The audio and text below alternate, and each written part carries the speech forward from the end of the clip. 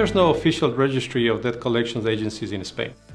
According to our last survey, the debt recovery industry comprises of more than 1,000 DCAs, most of them being small local companies. ANGECO, however, has 51 associates who manage more than 80% of the NPLs outsourced or sold by the banks.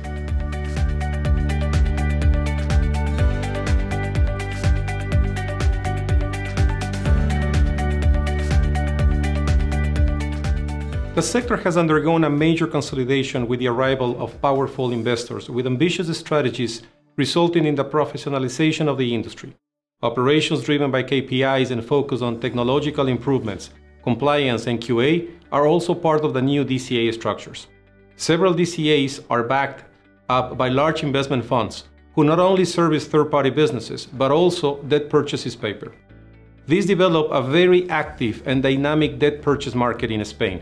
Inevitably, this widens the gap between the large DCAs and the smaller companies who can hardly compete in the NPL market or in the implementation of technological and procedures advances, putting them in disadvantageous positions.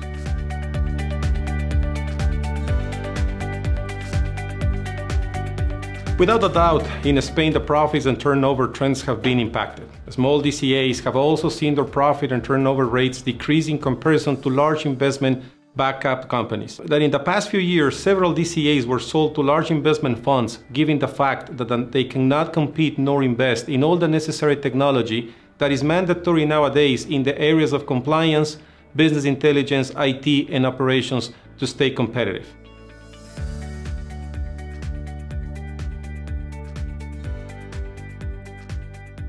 In Spain, more than 50% of the debt recovery comes from judicial proceedings. I think this is very common in all markets. Some improvements are speeding up legal proceedings in Spain. One example is the implementation of LexNet, an online platform that improves the legal documents exchange between the courthouses and the companies. Legal proceedings are an expensive process that in some cases may take years before the recoveries are obtained. The amicable collections are also improving through the enhancements of technological tools such as speech analytics and online payments, to name some.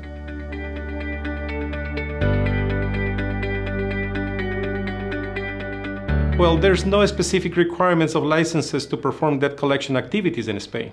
Spain and Portugal are the only countries within the European Union in which the recovery of unpaid debt is not regulated. But in the absence of such a legal framework, ANGECO has developed self-regulatory initiatives such as a Code of Ethics or Código Tipo and a Corporate Compliance Commission.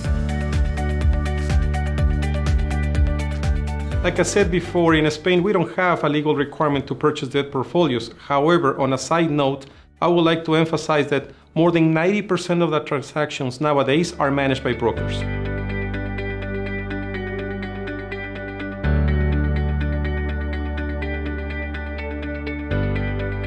The surveillance of the Spanish data protection agency is increasing every year.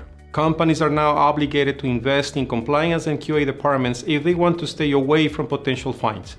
The customer complaints are increasing and the companies must be prepared to handle it.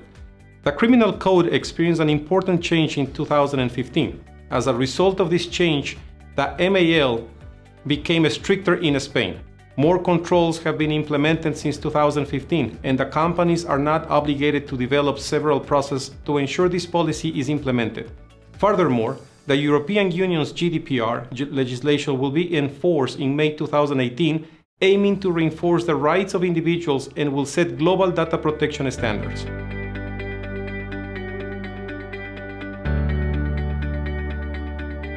Without a doubt, the European Central Bank and Banco de España are putting in place new accounting standards such as the IFRS 9 that will accelerate the sale of the non-performing assets. Changes like this will boost the debt purchasing market in all types of assets, secure and unsecured. The indicator so far stated that 2018 is going to be a very active market.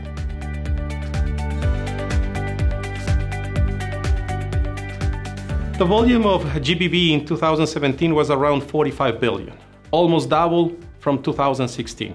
Now, this amount does not contemplate the two large transactions that we have in the secure arena. In my opinion, the secure market will be the protagonist. The volume of unsecured deals will remain the same as 2017, but the secure market will be very active in 2018. Currently in Spain, we have several investment funds looking into this type of assets. Again, by no doubt, Spain is a very competitive market. We have some of the most representative investment funds in the country competing to acquire new business. The price of the portfolios are driven by the appetite of the purchasers, and currently there is a pretty significant appetite from the large investment funds to invest in Spain, in all types of assets, unsecured, REO, SME, carve-outs, etc. Yes, it does. The Spanish secondary market is very active in Spain, represented almost 20% of the transactions over the last 2 years.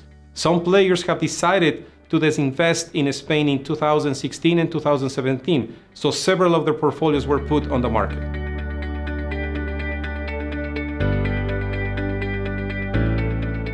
The portfolio sale process has experienced an enormous transformation over the last 4 years, a positive transformation. The advisors and the sellers gain efficiencies and competencies in terms of quantity and quality, providing more detailed and truthful information. The sellers have also invested in post-sale infrastructures, generating more confidence in the buyers. At the end, all these changes have resulted in gaining more players and better pricing for the sellers.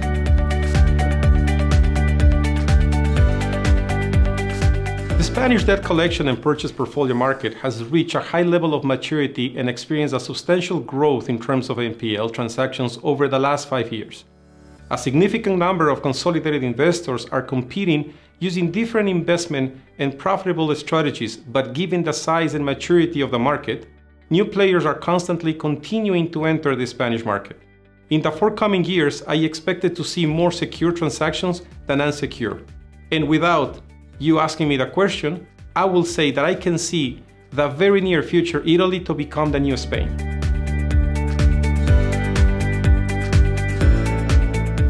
Italy for me is a fascinating market with a tremendous potential. It is critical to develop collection platforms driven by KPIs and cost to collect and business intelligence.